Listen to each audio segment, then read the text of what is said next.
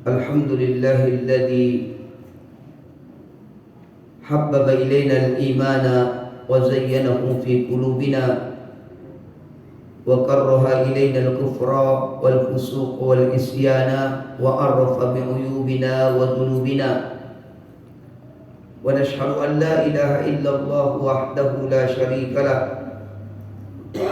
ولا نعبد إلا إياه ونشهد أن نبينا محمدا عبده ورسوله وصفيه من خلقه وحبيبه الذي أدى الأمانة وبلغ الرسالة ونصح الأمة فجزاه الله عن أمته خير جزاء اللهم صل وسلم على نبينا محمد وعلى آله وأصحابه ومن تبعهم بإحسان إلى يوم الدين أما بعد وقال الله تبارك وتعالى في كتابه القرآن الكريم أعوذ بالله من الشيطان الرجيم من همزه ونفخه ونفثه بسم الله الرحمن الرحيم فاتقوا الله وأطيعون وما أسألكم عليه من أجر إن أجري إلا على رب العالمين أتبنون بكل ريح آية تعبثون وتتخذون مصانع لعلكم تخلدون. Ahibati billah, bapak-bapak dan ibu-ibu, hadirin wal hadirat sidang jamaah salat maghrib rahimani wa rahimakumullah. Kembali kita memuji Allah Subhanahu wa taala yang masih tetap memberikan kesehatan dan kesempatan kepada kita bersama, sehingga di malam hari ini masih tetap Allah kumpulkan kita dalam ketaatan dengan mencari keriduannya. Semoga dengan pertemuan kita ini Allah jadikan sebagai pertemuan yang bisa membawa kita kepada kebahagiaan dari dunia sampai ke akhirat nanti. Salawat dan salam semoga senantiasa Allah sampaikan kepada Nabi kita Muhammad sallallahu alaihi wasallam dengan ucapan Allahumma salli wa sallim ala nabiyyina Muhammad wa ala ali Muhammad. Ahibati billah, bapak-bapak dan ibu-ibu, hadirin wal hadirat sidang jamaah salat maghrib rahimani wa rahimakumullah. Pada pertemuan kita di hari yang berbahagia ini, kita membahas seputar tentang masalah kitab yang dikarang oleh Syekh Dr. Shalih bin Abdullah bin Hamid Al-Utsaimin hafizahullah. Nama kitabnya Khulasah fi Ta'dhimil Ilm. Khulasah fi Ta'dhimil Ilm, artinya ringkasan tentang pengagungan terhadap ilmu. Ringkasan pengagungan terhadap ilmu, supaya lebih mudah penghargaan terhadap ilmu. Pengagungan itu bisa diartikan kepada penghargaan. Di dalam kitab ini, Bapak dan Ibu yang dimuliakan Allah Subhanahu wa taala, beliau yaitu Syekh Dr. Shalih bin Abdullah bin Hamid Al-Utsaimin hafizahullah mengatakan di dalam kitabnya ini, manilladzi yutahhiru qalbahu, barang siapa yang hatinya penuh dengan pengagungan, fi ta'dhimil ilm, pengagungan terhadap ilmu, maka kata beliau, hati tersebut pantas menjadi tempat bagi ilmu. Siapa yang hatinya penuh dengan pengagungan terhadap ilmu, maka hati tersebut pantas menjadi tempat bagi ilmu. Sebaliknya kata beliau, siapa yang berkurang pengagungannya terhadap ilmu, maka akan semakin berkurang bagiannya. Maknanya, siapa Orang-orang yang tidak berusaha membersihkan hatinya di saat menuntut ilmu, maka ilmu itu tidak akan pernah bertahan lama di dalam dirinya. Berarti Bapak dan Ibu, tahan lama atau tidaknya ilmu seseorang, maka dilihat, kata beliau, kepada hati. Wa thumma qala asy-syekh ad-doktor Shalih bin Abdullah bin Hamid al-Utsaimin hafizahullah. Kemudian beliau ad-doktor Shalih bin Abdullah bin Hamid al-Utsaimin, semoga Allah menjaga beliau, mengatakan dalam kitab ini ada sekitar 20 perkara yang merupakan bentuk pengagungan seseorang terhadap ilmu. Berarti bagi diri awakku, siapa yang ingin menuntut ilmu supaya tetap bertahan lama ilmu yang kita tuntut atau bisa diberikan bermanfaat, maka harus terpenuhi, kata beliau, 20 perkara. Apa yang pertama? Yang pertama adalah membersihkan tempat ilmu. Makna membersihkan tempat ilmu itu sudah beliau awali tadi, yaitu membersihkan hati. Membersihkan hati. Jadi kalau kotor Bapak dan Ibu hati seseorang, maka akan semakin sulit ilmu itu bertahan pada dirinya. Bahkan akan semakin sulit ilmu itu bermanfaat bagi dirinya. Makanya wajar Nabi kita Muhammad sallallahu alaihi wasallam berdoa kepada Allah. Doa Nabi kita, Allahumma inni a'udzubika min ilmin la yanfa'. Ya Allah, aku memohon perlindungan kepadamu dari ilmu yang tidak bermanfaat. Wa qalbin la yakhsha, dan aku mohon perlindungan kepadamu dari hati yang tidak pernah khusyuk. Wa nafsin la tashba', dan aku mohon perlindungan kepadamu dari jiwa yang tidak pernah merasa cukup, dari jiwa yang tak pernah merasa puas. Wa min du'ain la yustajabu laha, dan aku mohon perlindungan kepadamu dari doa yang tidak engkau kabulkan. Jadi dari 4 permohonan perlindungan Rasulullah, ilmu yang tidak bermanfaat, hati yang tidak khusyuk, jiwa yang tak pernah merasa puas, kemudian doa yang tak pernah didengar, pengaruhnya adalah, kata beliau, adalah termasuk kepada hati. Ayyuhal muslimun, Bapak dan Ibu yang dimuliakan Allah Subhanahu wa taala, maka tugas kita bersama supaya bertahan ilmu itu pada diri kita adalah kita berusaha selalu membersihkan tempat ilmu. Apa dia? Yaitu hati. Nah, itu dia.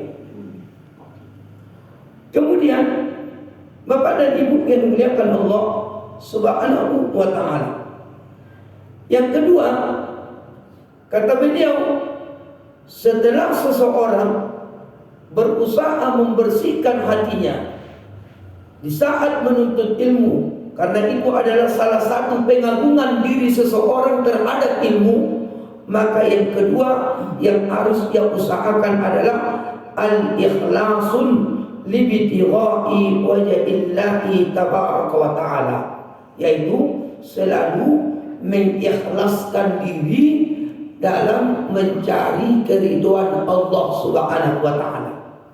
Mengikhlaskan diri mencari keridhaan Allah Subhanahu wa taala. Apa manfaat orang-orang yang selalu berusaha mengikhlaskan niat di saat mencari ridha Allah Subhanahu wa taala? Kata beliau Asy-Syaikh ad-Doktor Shalih al-Utsaimin hafizahullah, ada 3 manfaat yang akan dia peroleh.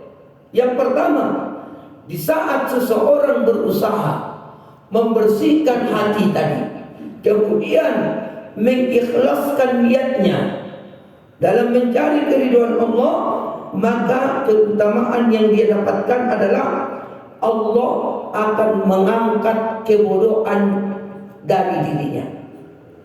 Allah akan mengangkat kebodohan dari dirinya. Dirinya kembali kepada orang yang menuntut ilmu. Subhanallah. Allah akan mengangkat kebodohan dari diri orang yang menuntut ilmu. Kemudian yang kedua, kata beliau, manfaat orang-orang yang selalu mengikhlaskan diri mencari keridhaan Allah Subhanahu wa taala, di antaranya dalam menuntut ilmu, maka Allah akan mengangkat kebodohan dari orang lain. Allah akan mengangkat kebodohan dari orang lain. Dua. Yang ketiga, apa manfaatnya lagi yang diperoleh bagi orang-orang yang selalu berusaha mengikhlaskan niatnya mencari ridha Allah Subhanahu wa taala semata ketika menuntut ilmu? Kata beliau Asy-Syaikh Ad-Doktor Shalih Al-Utsaimin hafizahullah, yaitu menghidupkan ilmu dan menjaganya supaya tidak punah. Artinya Allah istiqamahkan diri orang yang selalu mengikhlaskan mencari keridhaan Allah dalam menuntut ilmu itu untuk bisa mengamalkan ilmunya, dan bukan hanya untuk dirinya, bahkan orang lain pun merasakan manfaat dari ilmunya. Subhanallah. Tiga. Ayuhal muslimun, Bapak dan Ibu yang dimuliakan Allah Subhanahu wa taala. Kemudian apalagi yang perlu diketahui oleh seseorang dalam ta'zimil ilm, pengagungan terhadap ilmu atau menghargai ilmunya? Yang ketiga yang harus diketahui seseorang, kata beliau, adalah mengumpulkan tekad. Ya, mengumpulkan tekad untuk menuntut ilmu. Tentu kita tanpa bosan meminta pertolongan kepada Allah agar dijauhkan Allah dari diri kita sifat pemalas. Kadang-kadang ketika datang baliknya luar biasa, padahal sehat.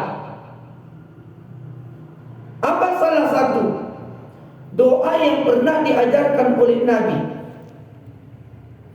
Dan doa ini terdapat di dalam kitab Al-Adhkar An-Nawawi yang dikarang oleh Al-Imam An-Nawawi, yang direvisi oleh Asy-Syaikh Salihin Al-Ilani hafizahullah. Rasulullah sallallahu alaihi wasallam juga pernah berdoa dan mengajarkan doa ini di depan para sahabat yang begitu banyak pada saat itu. Apa doa Rasulullah? Allahumma inni a'udzubika minal ajzi wal kasal. Ya Allah, aku mohon perlindungan kepadamu dari bersifat lemah dan sifat pemalas. Kalau diawali dari doa ini, yaitu Allahumma inni a'udzubika minal hammi wal hazan wa a'udzubika minal ajzi wal kasal wa a'udzubika minal jubni wal bukhl wa a'udzubika min ghalabatid daini wa qahrir rijal. Jadi 4 permohonan perlindungan Rasulullah kepada Allah Subhanahu wa taala, dan yang 4 itu salah satunya agar dijauhkan oleh Allah dari diri Rasulullah, yaitu dari sifat ajas. Ajas itu artinya sifat lemah. Al-kasal itu artinya sifat pamalih. Makanya kata Rasul, apa kata Nabi kita Muhammad sallallahu alaihi wasallam? Warada fi kitab sahih Muslim atau kama qala Nabi Muhammad sallallahu alaihi wasallam, ihris ala ma yanfa'uka wasta'in billah wa la ta'jiz. Hendaklah engkau selalu bersemangat melakukan apa yang bermanfaat untuk dirimu dan memohon pertolonganlah engkau kepada Allah supaya tetap semangat terus menerus mencari yang bermanfaat. Wa la ta'jiz, janganlah engkau merasa lemah. Ini kata Nabi kita Muhammad sallallahu alaihi wasallam. Makanya Rasulullah membaca doa, Allahumma inni a'udzubika minal ammi wal azan wa a'udzubika minal jubni wal bukhul wa minal ajzi wal kasal wa a'udzubika minal jubni wal bukhul wa a'udzubika min ghalabatid daini wa qahrir rijal. Ayyuhal muslimun, Bapak dan Ibu hadirin wal hadirat sidang jamaah salat maghrib rahimani wa rahimakumullah. Dulu Imam Ahmad bin Hanbal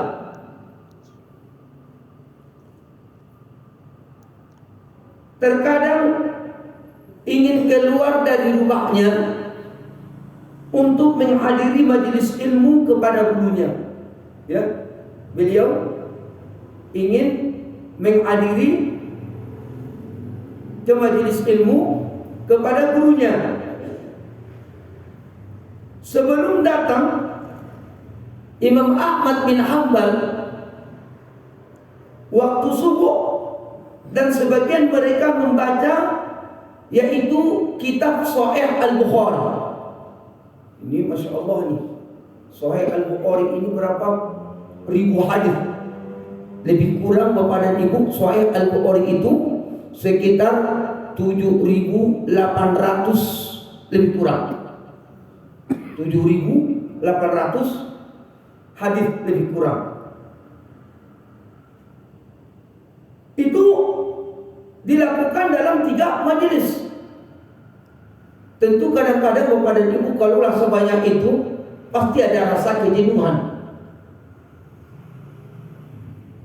Jangankan 3.000 hadis, kadang-kadang mempelajari 10 hadis pun awaklah. Jangankan 10 hadis, kadang-kadang membaca Al-Quran 1 halaman pun sudah.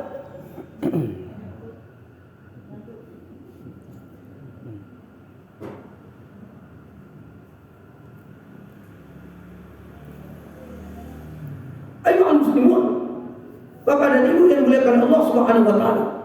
Maka teringatlah Imam Ahmad bin Hanbal terhadap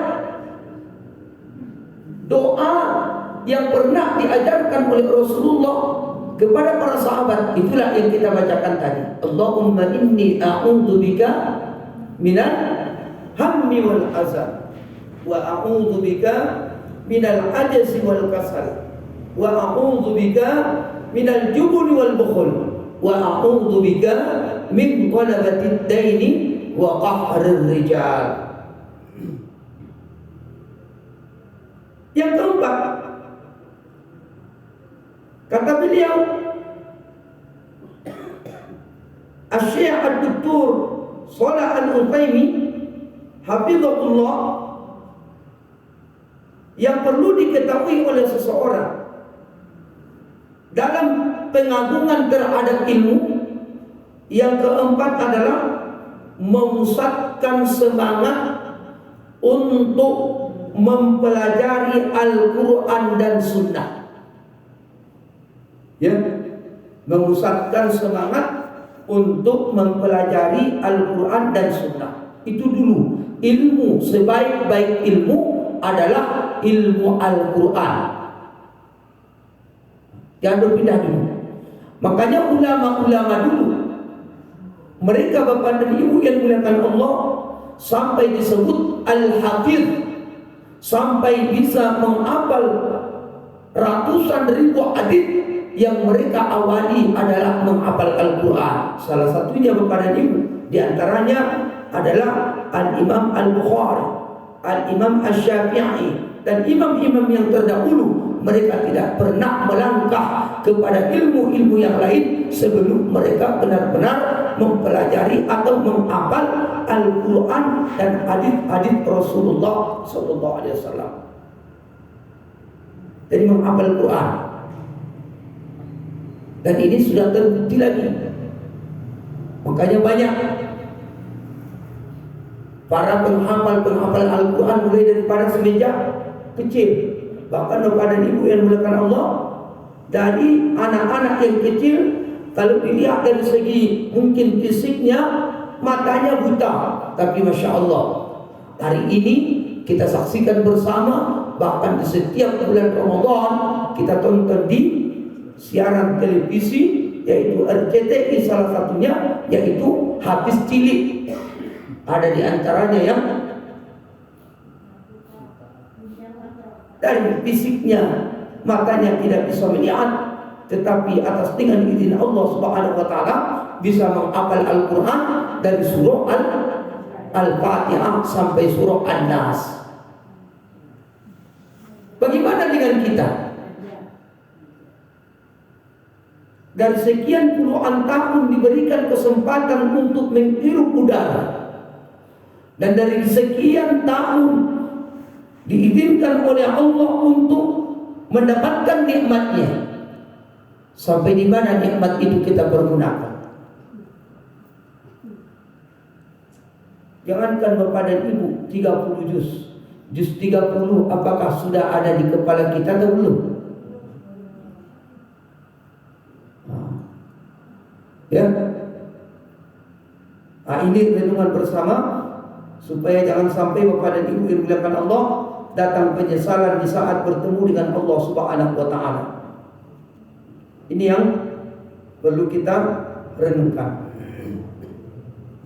Kemudian wa qala aidan Al-Syekh Al-Doktor Shalih Al-Utsaimin fi kitabih Al-Mulakhas fi Ta'zim Al-Ilm, berkata lagi Al-Syekh Al-Doktor Shalih Al-Utsaimin di dalam kitabnya Al-Mulakhas fi Ta'zim Al-Ilm, yang perlu diketahui oleh seseorang yang kelima adalah supaya ilmu itu tetap bertahan pada dirinya adalah menempuh jalan yang benar dalam menuntut ilmu agama.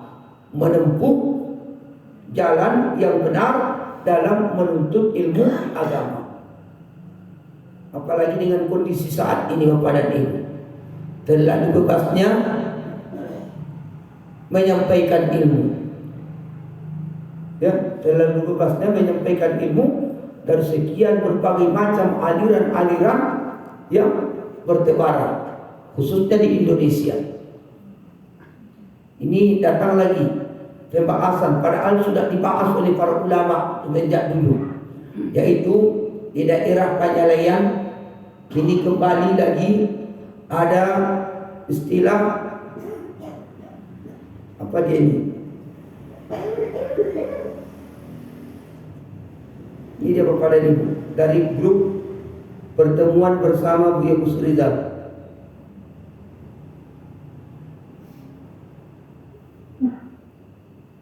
Nih,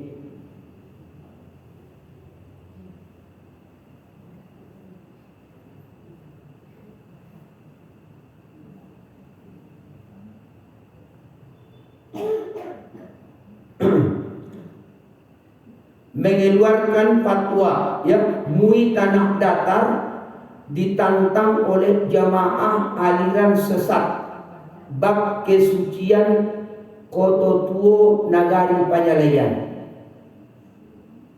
Ya, tidak jauh dari Kampi Awak.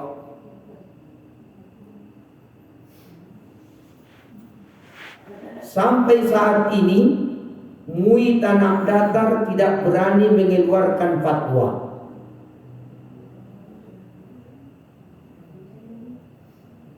Ini dia dari Buya Gus Rizal, mengeluarkan fatwa bukan karena tantangan. Hanya orang yang tak mengerti fatwa memberikan fatwa karena tantangan. Lalu dijawab oleh dari salah seorang dari ulama kita lagi raso-rasonyo dululah didudukan masalah ko di wali nagari. Dek mui tanah datar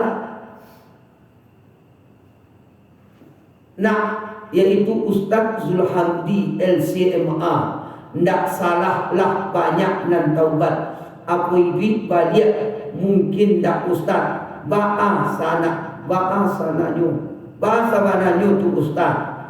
Lalu ikole pengikut ko batuka namo sajo Ustaz. Gurunya masih samo, ajarannya masih seperti itu Ustaz. Awak dapat info alah bertambah pula ajaran mereka cik lain, yaitu tak percaya oleh ke hadis. Mereka tak yakin lagi kepada hadis Rasulullah. Yang mereka yakini adalah cuma Al-Quran.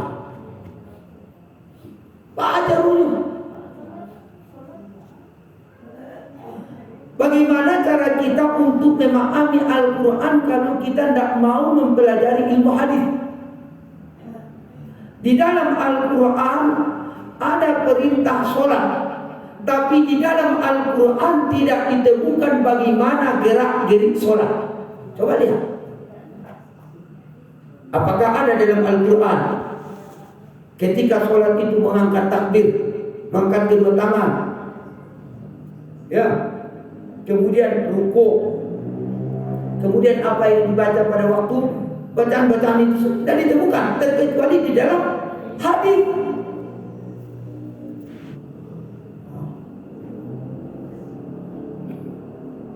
Jadi hati-hati Bapak dan Ibu yang dimuliakan Allah Subhanahu wa Ta'ala. Jadi bukan hanya semangat dalam mencari ilmu agama, tapi Bapak dan Ibu, usaha kita adalah untuk mencari ilmu itu jangan sampai terpengaruh dari aliran sesat. Mengikuti kajian bukan karena ramainya orang. Kalau mengikuti ramainya orang, disitulah kadang-kadang akan lebih termudah terjawab. Melihat kebenaran bukan melihat kebanyakan. Makanya disebutkan oleh Allah Tabaraka wa Ta'ala sebagai peringatan untuk kita. Wa in tuti' aktsara man fil ardi yudilluka an sabilillah. Jika kalian mengikuti kebanyakan orang di muka bumi ini, yudilluka an sabilillah, niscaya mereka akan menyesatkan kalian dari jalan Allah. Berarti mencari kebenaran itu bukan mencari banyak orang. Kemana angin bertiup, ke situ baik. Dan seperti itu dong.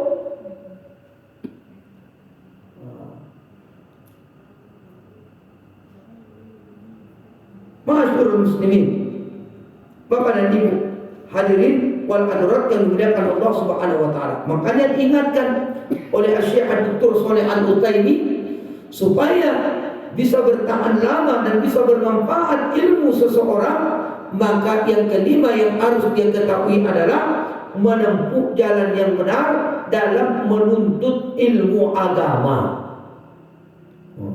Apalagi di Indonesia ada manusia yang mengaku malaikat Jibril, aduh lu yang percaya, aduh lu pengikutnya. Kan aneh itu kadang-kadang.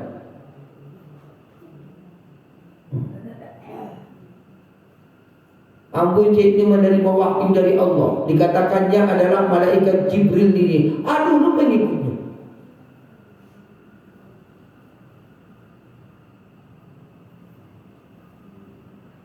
Jadi orang yang salah cara dalam menuntut ilmu, Bapak dan Ibu yang dimuliakan Allah, kata beliau, maka dia tidak akan pernah mendapatkan keinginannya atau mendapatkan sedikit disertai rasa lelah yang sangat. Hanya tinggal kelelahan saja. Kenapa? Karena tidak membawa bermanfaat, tidak membawa hasil pada dirinya. Habis waktu, ternyata kesesatan yang didapat.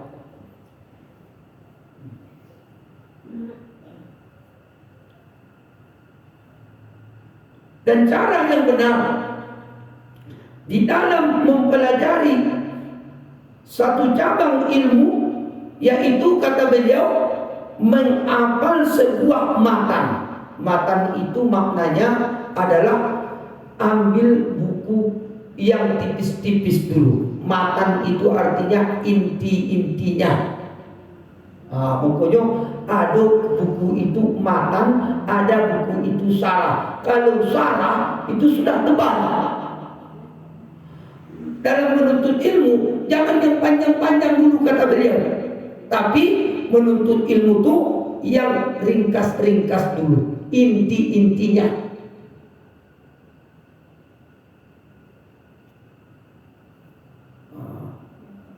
Jangan melum PKT. Karena kalau belum PKT, awak begoyak kewalahan, tidak mampu mencerna ilmu itu. Jadi dalam menuntut ilmu, awali dari yang dasar itu. Makanya kalau di pesantren itu pada ibu, di ketika seseorang belajar misalkan ilmu nahwu itu ada banyak macamnya. Ada nahwunya matan jurmiyah, ini dasar. Di atas matan jurmiyah ada mukhtasar jiddan. Di atas mukhtasar jiddan ada namanya al-kawakibud durriyah. Di atas kawakibud durriyah ada namanya syarah Ibnu Aqil matan alfiyah. Jadi awal dari yang mana? Dari matan jurmiyahnya. Kalau ke akidah, dari mana awalnya? Makanya Syekh Shalih Zainu hafizahullah menyebutkan di dalam kitab beliau, untuk mempelajari tentang masalah ilmu yang mesti diketahui oleh seseorang, yaitu adalah khud aqidatuka minal kitabi was sunnah. Ambillah akidahmu melalui Al-Quran dan Sunnah. Dia keteknya tuh, kecil bukunya. Yang bukunya itu ada pertanyaan, kemudian ada jawaban. Dia yang bertanya, dia juga yang menjawab, tapi ada ayat-ayat Allah dan hadis-hadis Rasulullah.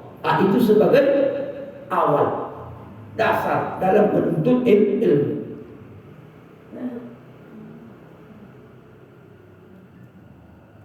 Ma'asyiral muslimin, Bapak dan Ibu yang dimuliakan Allah Subhanahu wa taala. Yang keenam kata beliau, pengagungan seseorang terhadap ilmu supaya ilmu itu tetap pada dirinya dan bisa bermanfaat dan bisa dia menuai dari ilmunya itu. Yang keenam kata beliau adalah mendahulukan ilmu yang paling penting, kemudian setelahnya dan setelahnya. Apa ilmu yang paling penting?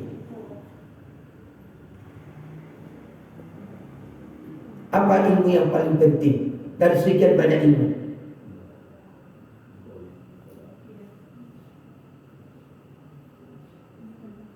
Apa Pak? Bu? Ilmu yang paling penting dari sekian banyak ilmu adalah ilmu tauhid, mengenal Allah. Itulah ilmu pertama. Bahkan ilmu tauhid itu lebih duluan ada daripada ilmu tentang sholat. Duluan tauhid.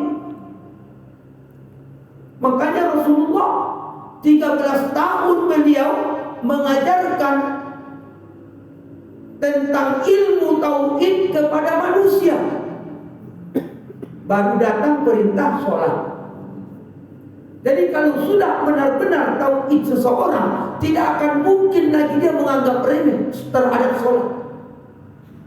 Kalau tauhid seseorang kepada ibu belum tuntas, pokoknya dia ada anggap mudah tentang masalah sholat.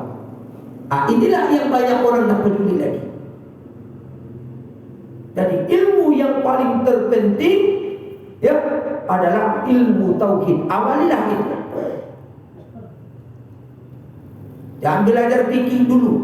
Jangan belajar ilmu sorot dulu nak udut jangan, tapi ilmu akidah tauhid. Bagaimana cara mengenal Allah dengan baik. Makanya apa kata beliau? Sesungguhnya ilmu yang wajib diketahui oleh seseorang adalah awal ma'rifatullah. Yang pertama adalah mengenal Allah. Kalau dia sudah kenal sama Allah, maka akan menjadi ibadah itu menjadi suatu kebutuhan, bukan lagi suatu kewajiban. Kalau seseorang itu sudah benar-benar bertauhid kepada Allah, maka semua ibadah yang dikerjakan itu adalah menjadi suatu kebutuhan pada dirinya, bukan lagi menjadi suatu kewajiban. Apa bedanya kebutuhan dengan kewajiban?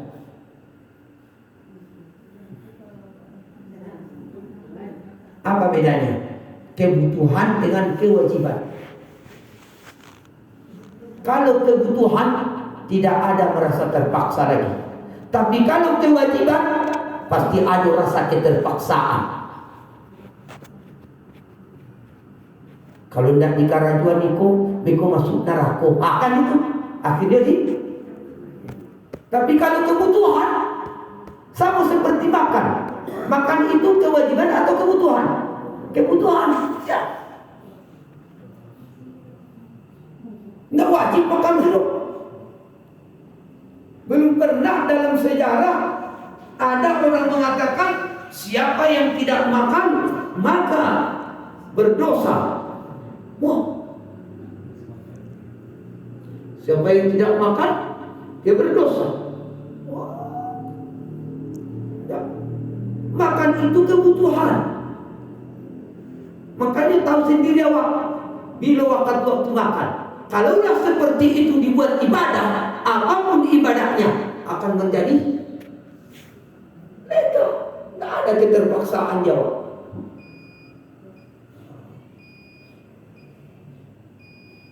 Ma'asyiral muslimin, Bapak dan Ibu yang dimuliakan Allah Subhanahu wa taala. Makanya kata beliau, dahulukan yang wajib, dahulukan yang terpenting, kemudian setelah itu dan setelahnya. Apa ilmu yang terpenting? Adalah ilmu aqidatut tauhid. Dari mana kita mempelajari ilmu aqidatut tauhid? Dari Al-Quran dan Sunnah. Makanya khudh aqidatuka minal kitab was sunnah. Ambillah akidah tauhidmu melalui Al-Quran dan Sunnah. Sebaik-baik mengenal Allah adalah melalui Al-Quran. Karena dalam Al-Quran diajarkan Allah bagaimana cara mengenal dirinya. Contoh, disebutkan di dalam Al-Quran tentang kisah Nabi Ibrahim ketika mencari keberadaan Allah. Apa kata Nabi Ibrahim? Wa idh qala Ibrahim, ingatlah ketika Nabi Ibrahim pernah berkata, Rabbi arini kaifa tuhyil mauta, wahai Tuhanku, tolonglah perlihatkan kepadaku bagaimana cara engkau menghidupkan yang sudah mati. Nabi Ibrahim yakin ada Allah, tapi Nabi Ibrahim masih tetap meminta kepada Allah bagaimana cara Allah menghidupkan yang sudah mati. Akhirnya apa firman Allah? Qala awalam tu'min. Allah berfirman, Ibrahim, apakah engkau belum percaya tentang diriku bahwa aku adalah Tuhan? Apa jawaban Ibrahim? Qala bala. Ya Allah, saya sudah yakin engkau adalah Tuhan. Engkau adalah Allah. Engkau adalah Rabb. Walakin liyatma'inna qalbi. Aku meminta kepadamu bagaimana cara engkau menghidupkan yang mati supaya hatiku lebih tenteram, lebih tenang, kata Nabi Ibrahim. Lalu apa firman Allah? Qala faqud arba'atan minat tayr. Ibrahim, ambillah 4 ekor burung. Ya, coba ambil 4 ekor burung. Fasurunna ilaika, Thumma ja'al ala kulli jabalin minhun najus'a. Setelah engkau ambil 4 ekor burung itu, kemudian coba cencang, halus, cancang yang itu. Setelah dicancang, tidak bisa lagi membedakan mana yang kepala, mana yang kaki, mana yang badan. Kenapa? Karena sudah halus. Ya, dilakukan oleh Nabi Ibrahim. Lalu apa firman Allah? Tsumma ja'alna ala kulli jabalin minhun najus'a. Ibrahim, coba letakkan saungkok satu tumpuk dari burung yang engkau cincang itu ke sebagian ke satu gunung. Saungkok lain letakkan ke sebelah gunung sana. Tsumma da'uhunna. Kemudian Ibrahim coba panggil burung yang engkau letakkan di gunung-gunung tersebut. Yaktina kasaya, niscaya burung itu akan mendatangimu dengan cepat. Dipanggil oleh Nabi Ibrahim, burung yang sudah dicincang, yang diletakkan ditumpuk-tumpukan gunung, akhirnya dengan izin Allah kepada ibu kembali kepala, kembali sayap, kembali kaki, kembali badan seperti biasa. Dilihat burung itu sedikit pun tak ada bekas cincangan, padahal sudah halus. Nabi Ibrahim mencincang burung tersebut. Akhirnya apa firman Allah kepada Nabi Ibrahim? Wa'lam, ketahuilah wahai Ibrahim, innaka anta wa'lam anna Allah azizun hakim, bahwa Allah itu maha perkasa lagi maha bijaksana. Nabi Ibrahim sudah pernah meminta kepada Allah bagaimana cara Allah menghidupkan yang mati. Jadi kalau sudah diperlihatkan oleh Allah kepada Nabi Ibrahim bagaimana cara menghidupkan yang sudah mati, tak perlu lagi bapak dan ibu kita meminta kepada Allah untuk menguatkan keimanan kita kepada Allah, supaya Allah tunjukkan kepada kita bagaimana cara menghidupkan yang mati. Tidak perlu. Kenapa? Al-Quran sudah ada.